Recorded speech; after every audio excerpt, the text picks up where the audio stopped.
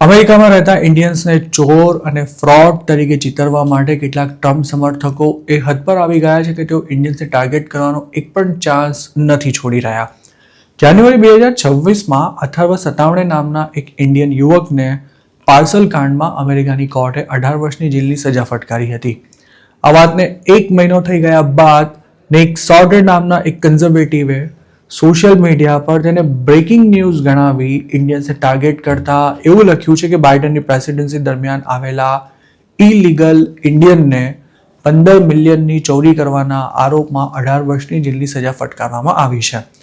નિકે એમ પણ જણાવ્યું છે કે ભલે એવી વાતો કરાતી હોય કે ઇમિગ્રન્ટ્સ અમેરિકામાં સારી જિંદગીની શોધમાં આવે છે, પણ હકીકત એ છે કે આ લોકો અહીં ચોરી કરવા માટે જ આવતા હોય છે. નિક સોર્ટરે એક્સ પર આ પોસ્ટને ફેબ્રુઆરી 22ના રોજ મૂકી હતી, જેને અત્યાર સુધીમાં 4 લાખથી પણ વધારે વ્યૂઝ મળી ચૂક્યા છે. તેના પર જે કમેન્ટ્સ કરવામાં આવી છે તેમાં મોટાભાગના લોકોએ આ પોસ્ટ કરનારાના સૂરમાં સૂર પુરાવ્યો છે. એકાદ યુઝરે એવું પણ લખ્યું છે કે આવા ધંધા કરવા માટે નાઇજીરિયન્સને જ ખોટા બદનામ કરવામાં આવે છે. ઘણા લોકોએ અમેરિકામાંથી એક ઇમિગ્રન્ટને ડિપોર્ટ કરી દેવામાં આવે તેવો પણ મત વ્યક્ત કર્યો છે, અને કેટલાકે એવું પણ લખ્યું છે કે હવે આ બધું ખૂબ જ વધી ગયું છે. અથર્વને કોર્ટે 18 વર્ષની સજા ફટકારી છે, પરંતુ કેટલાક લોકોનું એવું પણ માનવું છે કે આ સ્કેમરને આટલા વર્ષો સુધી અમેરિકાની જેલમાં સાચવવાનો ખર્ચો કરવા કરતાં તેને તાત્કાલિક ઇન્ડિયા ભેગો કરી દેવો જોઈએ. જેમ ટ્રમ્પ થર્ડ વર્લ્ડ કન્ટ્રીઝનો ઉલ્લેખ કરી તેના લોકો માટે અમેરિકામાં કોઈ જ જગ્યા નથી તેવી વાતો કરતા રહે છે, તેવી જ રીતે તેમના સમર્થકો પણ ઇન્ડિયા જેવા દેશોના લોકો અમેરિકા આવતા જ મહેનત કરીને કમાવાને બદલે અવળા ધંધા કરવા માંડે છે તેવી વાતો કરી રહ્યા છે. ન્યૂલિશ નામના એક હેન્ડલ પરથી તો અથર્વના કેસનો ઉલ્લેખ કરી એવી પણ કમેન્ટ કરવામાં આવી હતી કે અત્યાર સુધી આ સ્કેમમાં એક જ લાસ્ટ નેમ ધરાવતા લોકો પકડાતા હતા. આ યુઝરે અત્યાર સુધી આવા કેસમાં કેટલા ગુજરાતીઓ પકડાયા છે કે સજા પામ્યા છે તેની વિગતો પણ પોતાની પોસ્ટમાં શેર કરી છે. અમેરિકામાં છેલ્લા 5-10 વર્ષથી સિનિયર સિટીઝન્સને ઠગવાનું જે સુવ્યવસ્થિત કૌભાંડ ચાલી રહ્યું છે તેમાં મોટા પાયે ઇન્ડિયન્સ પણ જોડાયેલા છે. તે એક કડવી હકીકત છે અને તેને સ્વીકારવી જ રહી. આ કૌભાંડ માટે જે કોલ સેન્ટર્સનો ઉપયોગ કરાય છે તે પણ પાછા ઇન્ડિયાથી જ ઓપરેટ થતા હોય છે.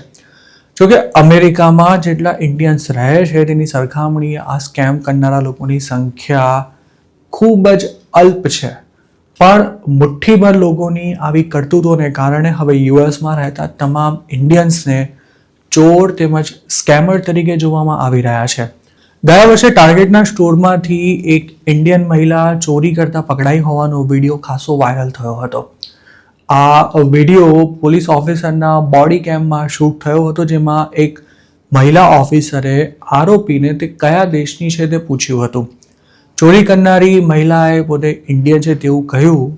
તે સાંભળતા જ આ લેડી ઓફિસરના ચહેરાના હાવભાવ બદલાઈ ગયા હતા, જે દર્શાવે છે કે અમેરિકાની પોલીસ પણ હવે ઇન્ડિયન્સને કઈ રીતે ટ્રીટ કરી રહી છે. યુએસમાં દુનિયાભરના દેશોના લોકો રહે છે, પણ તેમાં સૌથી વધુ કમાણી ઇન્ડિયન્સની છે અને દર વર્ષે તેઓ મિલિયન્સ ઓફ ડોલર્સનો ટેક્સ પણ પે કરે છે. જોકે બદલાતા રાજકીય માહોલ વચ્ચે હવે જ્યારે તમામ ઇમિગ્રન્ટ્સને ટાર્ગેટ કરવામાં આવી રહ્યા છે ત્યારે ઇન્ડિયન્સથી પણ જાણે કેટલાક લોકોને અદેખાઈ થતી હોય તેમ તેમના પર નવા આરોપ મૂકી સોશિયલ મીડિયા પર ઇન્ડિયન્સને બદનામ કરવાની કોશિશ થતી રહે છે. અમેરિકામાં હાલ એવી સ્થિતિ છે કે જો રિપબ્લિકન કેન્ડિડેટ ચૂંટણી હારી જાય તો તેના માટે ઇન્ડિયન વોટર્સને જવાબદાર ઠેરવવામાં આવે છે, અને જો કોઈ ધાર્મિક કાર્યક્રમનું આયોજન થાય તો પણ તેના ફોટોગ્રાફ સોશિયલ મીડિયા પર મૂકી ઇન્ડિયન્સ અમેરિકા પર અતિક્રમણ કરી રહ્યા છે તેવા દાવા કરવામાં આવે છે. અંગે આપનું શું માનવું છે તે અમને કમેન્ટમાં ચોક્કસ જણાવજો.